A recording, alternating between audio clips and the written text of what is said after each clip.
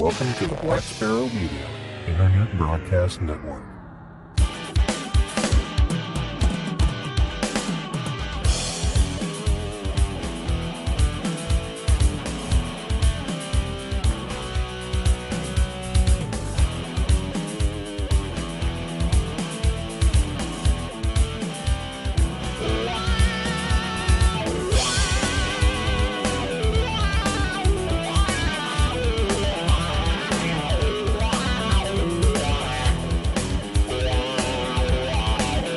You are listening to Linux in the Ham Shack.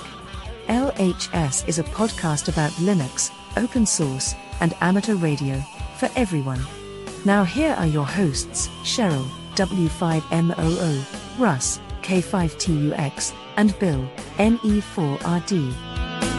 Well, hello everybody and welcome. You have tuned in to episode number 542 of Linux in the Ham Shack. This is The Weekender. It is the 116th edition of The Weekender here in sort of the beginning of quarter two 2024, just a mere 2.5 weeks from Hamvention. Thank you for joining us for this Weekender edition, and we certainly look forward to seeing everybody out in Ohio coming up really, really soon now.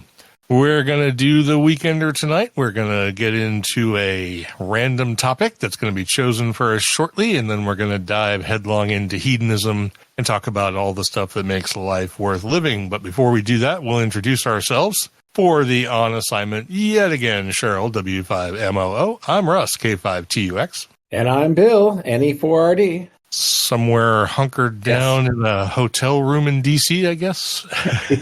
yes, in the business center inside of a hotel here in Roslyn, Virginia. Roslyn, Virginia. All right. Never even heard of that place, but yeah, whatever. If you've been to D.C., you should probably know Roslyn.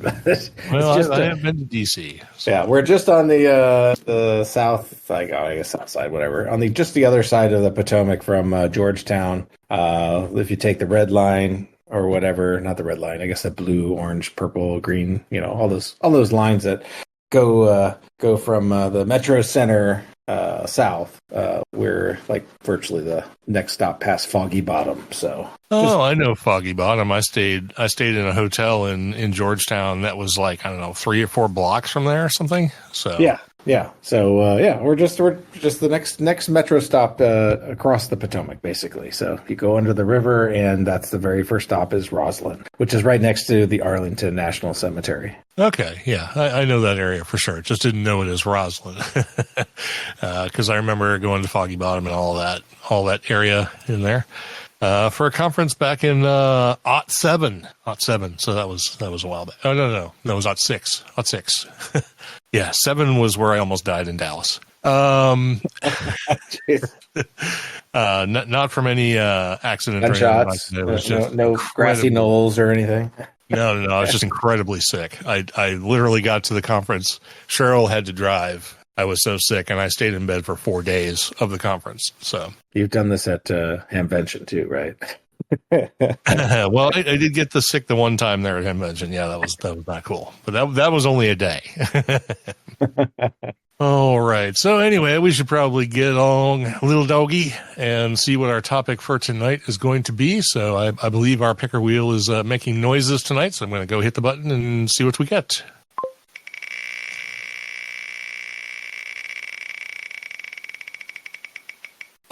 So glad I don't have to put that into post. Yeah, makes my life a lot easier. But anyway, this is one that you'll probably have to address a little bit more than me because I haven't really done it that well or that much. It's practical antennas for top band operating. Practical antennas for top band operating. Yeah, you know more antennas than I do, and because I've only used a couple different antennas, and I only operate top band if I can get my tuner to basically make a wet noodle resonant.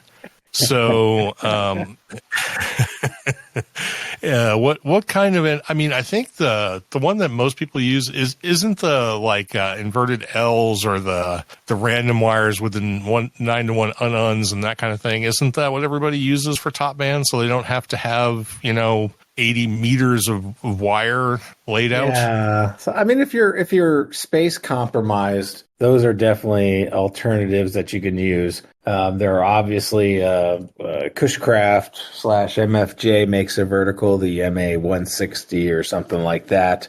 That is basically an extremely shortened vertical. Those would probably work. And I'm air quoting work because everything here, unless you're using full length wire and a lot of height, they all sort of work in a way that you can get on the air. I mean, I've done the 9-to-1 with just with 63 foot of wire, so the shorter version. And I worked the 160 contest, and it was fine. I mean, it could have been better. There was definitely stations that I heard that they could not hear me. So it's one of those things that,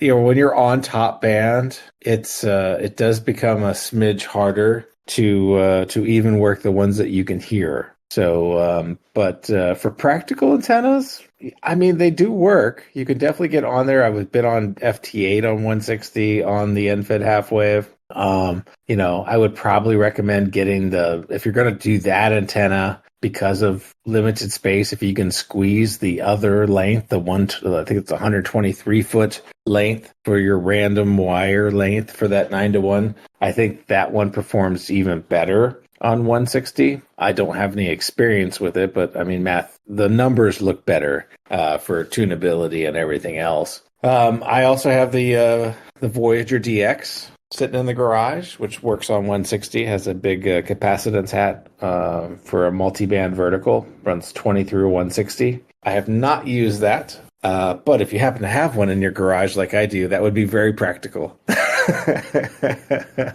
Well, okay, let me put a little caveat on the word practical in this case. Okay. Because like there's some suggestions in the chat room as well, like directional Yagis and ROMIC antennas. And Yeah, you of ROMIC. course have a Voyager. Yeah. Well, see, the thing is, practical, I kind of feel like when you're looking at ROMICs and Voyagers, you're talking about $6, $7, maybe $100 antennas, maybe even more, especially when you're getting into the ROMICs. I don't know how practical that is for some people. Well, I mean, if you're buying an antenna that costs more than your rig, I don't consider that practical necessarily. Well, I mean, if you look at most multi-band verticals, they do cost more than most people would want to shell out for a rig, or at least half the price of a modern HF rig. The doublet Mike is using works really well. That's again a multi-band, off-center fed basically, dealy, merbobber. Technically, you can tune. Technically, if you have a tuner that can tune stuff, you could squeeze some signal actually out on the band. Obviously, the tuner is going to eat a lot of it. That's sort of the way it works with some of these longer antennas that are short fed or have additional coils or, whatever miracle application that you have applied to in order for the antenna to look longer electrically than what it physically is. Those are always going to be high compromise antennas, but this is just for practicality. And I think for the cheapest bang for the buck, I think you could definitely throw up an NFED half wave with a 9-to-1, 63 foot. It works. It will tune. I think it starts at about I think it's like 1.82 to 1 or something like that in one spot of the band. So, you can tune around and kind of get it tweaked a little bit. You could snip a little bit of the wire. And you can make your own balun in that case too. So I think that's pretty cheap. Dan's mentioning the Cobra or the Cobra antenna, which is an 80 meter long antenna that will tune on 160. So if that's true 80 meters long, then it's 120 some odd feet too as well, something like that. 66 foot on each side. Let's see. Dan's typing. Yeah, something like that. There you go. Right, at that sort of magic 123 number. Yeah, exactly. It gets you that same kind of number, that 120 foot range, plus or minus. If you could squeeze that distance, I think there's lots of practical antennas that you could possibly use. And what kind of signal comes out on them really depends upon, at that point, how high you got it up, the configuration of where the feed point is. A lot of people will use the multi-band inverted Ls, where they'll get as much of the antenna before it's trapped off for 160 vertical, and then just run the 160 leg out horizontally. Those work really well. There's many, many free designs out there that you can do to make it yourself, including all of the traps. So you can, it's very practical. I still think the 9-to-1 is like the most practical, just because it's an all compromise antenna. You've given every compromise because you went to extremities to be lazy and just deploy wire and then a tiny little box that has your 9-to-1 in it. Yeah, and I think if I remember correctly, the rule of thumb is that generally speaking, if you're trying to operate an antenna that, like, for most effective radiation, you want the antenna to be at least half of the band's wavelength above the ground, but these will they won't compensate for it, but you can make them work and make them tune, even though you're sort of compromising in a lot of ways, because these antennas are, ridiculously large. So you have to do something to make them electrically longer, basically. And of course, that's always a compromise. Well, I mean, think about it. If you just want to use that rule of a half wavelength above the ground or whatever, I mean, what's a half wavelength on 160? Like 200 some odd foot? Yeah. The length of a dipole is a half wavelength. So, that's impractical. You'll never do that. So, the key with a good deployment for 160 is to have a majority of the antenna to be vertical, at least all of the parts that are considered the electrical parts.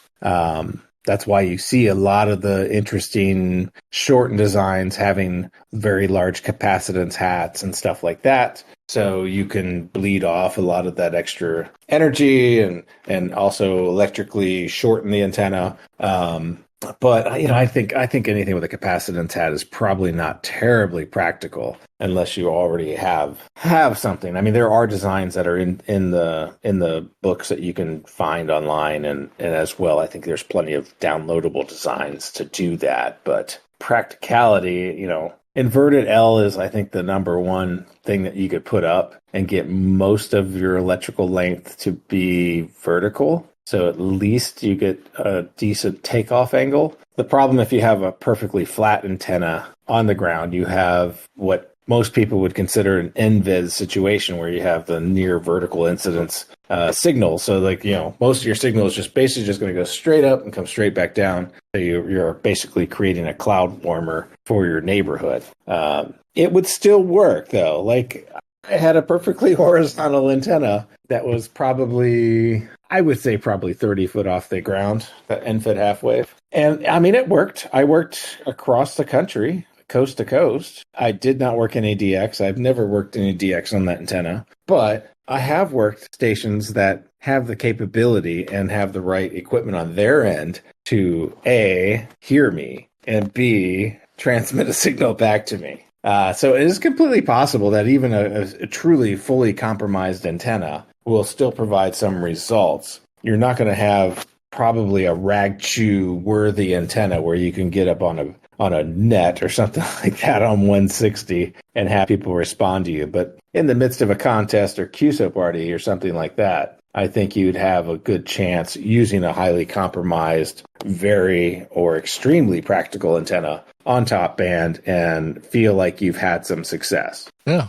very good. That's more than I knew about it. All I know is that if you're going to be doing something like putting up a top band antenna with like an inverted L configuration, you might want to avail yourself of a bow and arrow or a spud gun or a heavy weight, because you're going to have to try and get the vertical part of the antenna as high up as you can, which usually means somehow slinging it over a tree. I think that's how most people deploy them. And of course, all of this is predicated on the fact that you have some place to actually put these lengths of wire and trees. I don't know. I mean, you're going to have to go into some of these high capacitance hat antennas, small for like small form factor designs like the Romics and things like that. But unless you're digging into the antenna book or some other resource, building these things yourself, if you're acquiring them commercially, they're all going to be very much on the pricey side. So that's where you kind of want to look into becoming a kit builder and a true ham and making your own equipment. Yeah, I mean, now that you say it too, I mean, there is also the idea, if you're in open space, so let's say, like field day conditions where you're out in the country and you decided that you will not be like good old Dan there and do PR work for your field day operation and decide to just totally take it off the grid. I have heard and seen people use helium balloons to lift their vertical radiators on 160 to have a 160 vertical with wire. I have also seen, vertical element raised with a large delta kite as well. So, I mean, if you wanted to be slightly extreme in your practicality, and this is not, something that you'd have at your house, but like something for a special event or something like that, there is totally a possibility that you can put 500, what do you need for a vertical? 120 some odd feet in the air, maybe a little bit more. Yeah, something like that. You could do it with, a nice party balloons and everything else. If you'd actually have a recoverable balloon, which would probably make some of the environmental people happy that you aren't killing turtles with your high altitude balloons, because you'd be able to recover it back with your copper wire in the sky. But totally possible with a balloon or a large delta kite in the right conditions. And of course, well away from power lines and stuff like that. Yeah. And if you were to use 3 lines, you could actually keep it stationary as well. If you were. Oh, yeah. Yeah, absolutely. Yeah, you wouldn't want a stunt kite up there or something. I was thinking more for the balloons than the kites, but yeah, the balloons you could definitely anchor it down and have it tied off in multiple places. So yeah, that's an interesting idea. Never really thought about that. Of course, I don't even think there's anywhere on this property where I could find 123 continuous feet of wire of any kind. So unless it was barbed wire, I guess that. No, no. Don't do it. Fine if you want to use it for receive, but don't use it for anything else. The velocity of the steel wire is just wrong. It doesn't play nicely. Yeah, had no intention of stringing 123 feet of barbed wire to a balloon anyway. So that's not happening. But anyway, Joel also mentioned using a drone to drop wire over a tree, which I guess you could do that. But if you're into buying drones and going through all the process of having FCC licensing and all of that stuff, you're probably in the range where you could just buy a rhombic or something else. So, well, I mean, a rhombic you got to keep up in the air. So if you're going to do like a rhombic on 160, that thing has to be mounted about 100 foot in the air, and it would not be practical at all. Yeah. So are there other designs like the quads and Yagis and stuff like that are practical to keep an antenna for 160s like shorter and lower? Well, I mean, you could do a loop of some sort or a delta loop that's horizontal. You'd still want to try to get it up as high as possible, so it will suffer from some invis handling when it's close to the ground. I don't think you could build a vertically oriented 160 quad or a delta loop because it would just be infinitesimally high. I mean, that thing would be like it went 80 foot aside or something like that. So it would not be practical. It would not be practical unless you had some. You're living in the redwood forest or something like that, and can string up your ends of your wire 100 foot in the air or something crazy. Or just go plug into the HARP array. Well, I don't know. I don't know how that works, but those are all dishes, so it's a little different. All right. Well, I think that's some interesting and good information. And, of course, there are lots of books like the ARRL's antenna book and stuff like that on operating properly with different kinds of antennas, guides on how to build lots of different kinds of antennas. And of course, there are the commercial options, which, you can always go out and buy an antenna for the purpose that you are looking to use it for. So, I mean, I just have to say, you can always just experiment with stuff. I had a friend at one time that built a 17-meter Sturba curtain and fed it with 500 foot of 450 ohm ladder line. And he played on every band with it. So on 160, you were pretty much using the ladder line as the antenna, and the Sturba curtain was basically the capacitance hat for it. But in theory, it worked. It's very odd, but you sometimes can think more extremely out of the box and just try it, because again, you're talking about practicality and usability, and it might not work. I mean, that's because it's practical doesn't mean it's acceptable. Yeah, they're getting crazy now. Now we're talking about hooking onto your local AM station and stuff like that, because those actually operate just outside of the 160 meter band. So, actually, lower, just below it. Yeah, and they normally have 3 towers running those. So, those are I'm not sure how. I think those are shunt fed towers or something like that. But you could shunt fed your tower too if you happen to have a nice big tall boy there sitting there 120 foot in the air. That would work. But that's only practical if you have a monster tower in your backyard.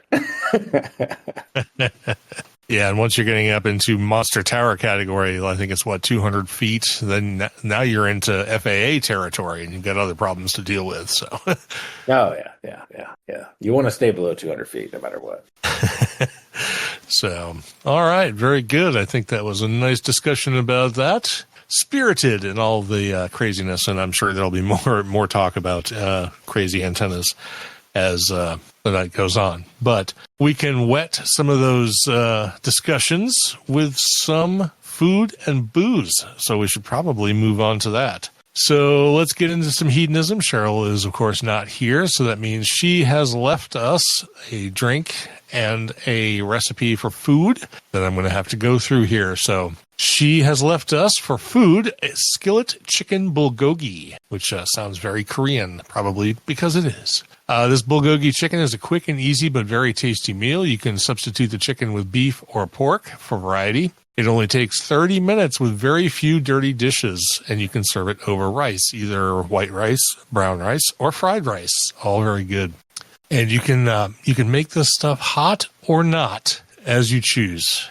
And we kind of make it hot because it's really good hot. So you can make it using chopped onions, soy sauce, brown sugar, minced garlic, sesame oil, sesame seeds, cayenne pepper, and salt and ground black pepper to taste. Actually, this is not the thing I thought it was. That's the Korean barbecue. So this is a different thing. So this isn't quite as hot. But basically, you just have to whisk all of the wet and dry ingredients together in a bowl until it's smooth to create a marinade. Marinate everything together, and then cook it. So there you go. You can also use different kind of oils if you want a different flavor out of it, or if you are conscientious and want to use avocado oil or peanut oil or something other than that disgusting animal fat or whatever it is. But you can pretty much make it however you want, and directions on all of that will, of course, be in the show notes. And for her mixed drink corner, she left us a key lime mojito. If you have an abundance of key limes after making a classic key lime pie, or if you just happen to go out and buy some key limes,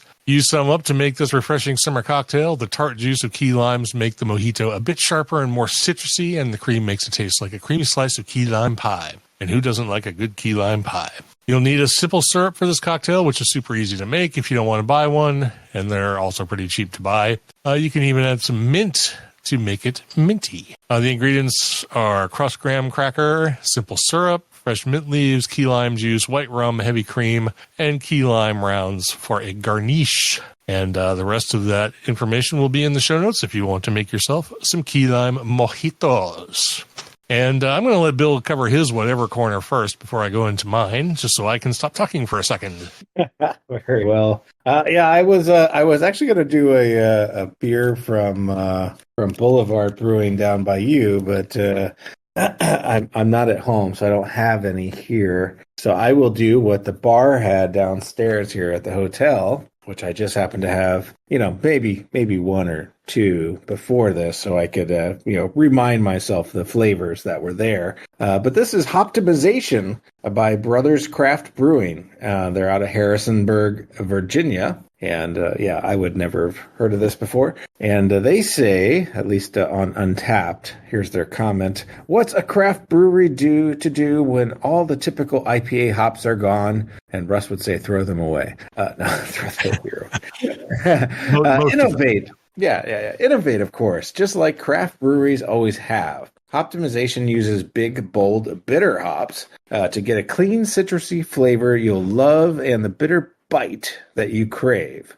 Step away from a typical and try something new. So this is a 7.1 ABV beer, and it has 71 IBUs. So this definitely is pretty high on the bitterness unit scale. And I'd still say it's pretty approachable. It's a pretty smooth drinking beer. I do think it has a little bit more of a bite than I particularly like when I'm having an IPA. I'm more of I like more of like the fruity and juicy, hazy IPAs. This is not a hazy IPA. This is fairly clear. It has a darker amber color. So it's on the darker side of the yellows that we're used to seeing with the IPAs. So that nice coppery color. And, it's a pretty nice beer, actually. It doesn't have a lot of aftertaste, so you don't have anything lingering after you've had one or two or 3 or 4 or 20,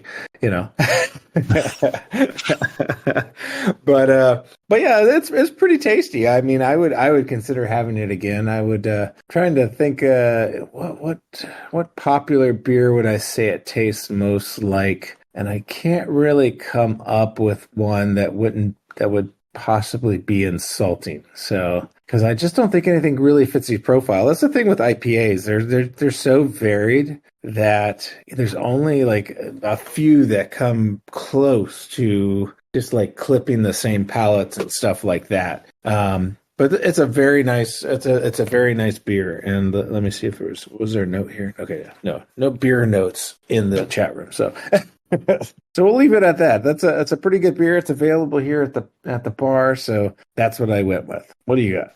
All right. Well, as the people who are here in the chat room know, I was talking about this just before the show started, but I am going to be reviewing a single malt scotch called Cardis, which is an expression made by Lefroy. For anybody who's heard the name Lefroy before, you'll know that it's a very peaty and iodine-y Islay scotch. So for those people who are not into that kind of flavor profile, feel free to tune out now. But if that is definitely something you like, you should definitely keep your ears peeled for this one, because I'm going to say a couple of things about this at the end that may be moderately shocking. First, let me read what they say about themselves. This is from the Lefroy website. Bottled at a fixed strength of 52.3%, Lefroy Cardis 2023 is aged in white port and Madeira casks, created exclusively for friends of Lefroy. Our Cardis that doesn't mean you can't get it. You can get it. You just have to go buy it. Our Cardis expression for 2023 brings together the best of much-loved Cardis releases over recent years. The limited edition single malt is a combination of Madeira and white port casks. 3/4 of the whiskey is matured in second fill Madeira casks, releasing smoky, spicy, and sweet fruit flavors. The final quarter has been finished in a first fill port cask. The majority of these are white port, adding a hint of crisp fruit and deep woodiness to the flavor. It's a new take on Lefroy that plays to our strengths, welcoming old friends and new. So since it's a single malt scotch, it's 100% malted barley. It does come from the Islay region of Scotland and the Lefroy distillery out there in the northern islands of Scotland. The color is a soft burnished gold because all of those scotches, even though they mature for potentially a very long time, they don't really infiltrate the wood as much, so their colors are generally lighter than bourbons or American whiskeys. So the nose on this is really, really nice. Now, interestingly, this is finished in 2 different wine casks, and the wine definitely has influence on the flavors of the whiskey, but it does not influence it in a way that makes it taste like wine, which I find fascinating, intriguing, and the flavors are just really wonderful. So on the nose, you get cinnamon, fresh ground ginger, green apple with notes of toasted peach, charred orange peel, caramelized sugar, and of course that famous Lefroy smoke. On the taste, you get honey paired with juicy citrus flavors, different kinds back and forth, usually wandering between lemon, orange, and some non-citrusy stuff like mango or peach. You get notes of hazelnut, tannic oak notes, dark chocolate, bitter caramel, and an iodine-rich smoke. Absolutely. The wine tempers all of this a little bit and melds it and just kind of makes it all go together really, really nicely. On the finish, it's sweet and smooth with lingering earthly peat notes, creosote phenolic character, a bit sea salty, and of course all of those fruit and, apple and ginger and kind of leather and cinnamon, all that stuff is all sort of mingled in there at the end, and it fades into a nice saltiness.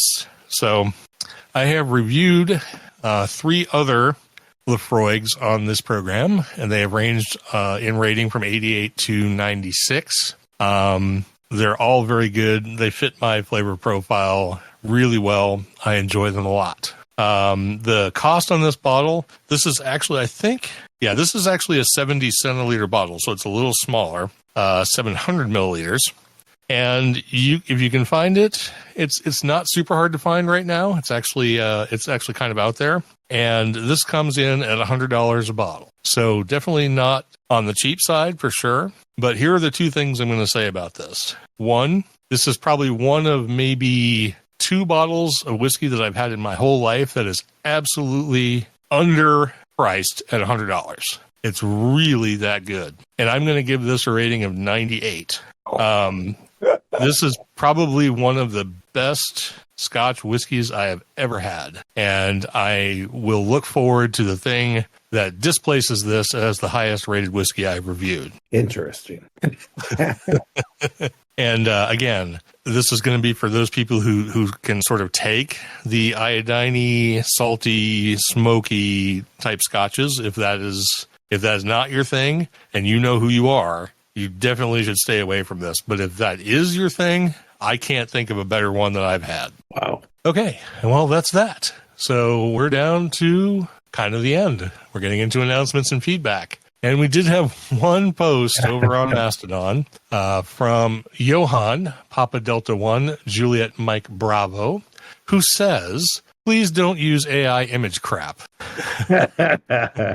That's funny. Okay, this is not particularly constructive, Johan, but I will address it for those people who may or may not have noticed. If you ever look at the episode icons on the show, you will probably have seen that I use an AI art generator to produce them. I find it really convenient for me. I can create an image that is not borrowing somebody else's image, and it can be exactly the thing that I want it to be. So I really like it. I happen to really like AI-generated art. I am definitely going to continue to use it because I love it. So apologies, Johan, if it's not your thing. If you have issues with AI in general or whatever your problem is, I can only apologize for that, but I'm going to continue to use it because it's part of my workflow and I really enjoy it. So, well, I mean, Johan sounds like an artist because he has like strong emotions towards this. So maybe he's like volunteering to design all of the artwork for all of the episodes.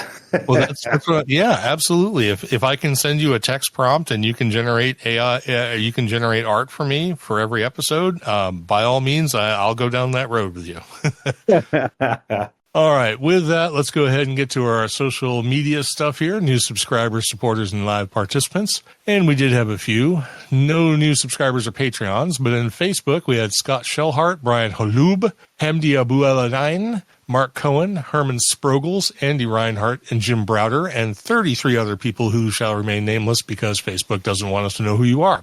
On Twitter, we had at Fro of Norfolk, and we had at Fawazihi, something like that. On Instagram, we have dsc.carlos.silva. On Mastodon, at Karims. Nobody joined us on the mailing list. On Discord, we had Vortak, Katie, Kyoki, and Up in Smoke, all the same person. Fjord, and 77 Scout SS2. Nobody on YouTube. And then finally in the live chat tonight, we had Dan, KB6NU, Tony K4XSS, Joel KC0YEW, Jill K1TTZ, Ted WA0EIR, Mike K6GTE, and Dr. Volt Iceland, who actually is in Iceland. So thanks for joining us all the way from Reykjavik tonight. And I can say that with confidence because I asked him if that's where he lived, and he said yes. So, all right. That brings us down to the end of the show. Thanks, everybody, for joining us for this Weekender edition. We hope you enjoyed it. And we definitely hope we see everybody out in Ohio in a couple and a half weeks. Boy, it's coming up really quick. We're looking forward to it. And we hope you'll also tune into the next episode, our deep dive, when it comes out. And we hope you have a great week in between. And with that, we're going to go ahead and wrap this one up. Episode number 542. Of Linux in the Ham Shack. For the On Assignment Cheryl, W5MOO, I am Russ, K5TUX. And I'm Bill, NE4RD73.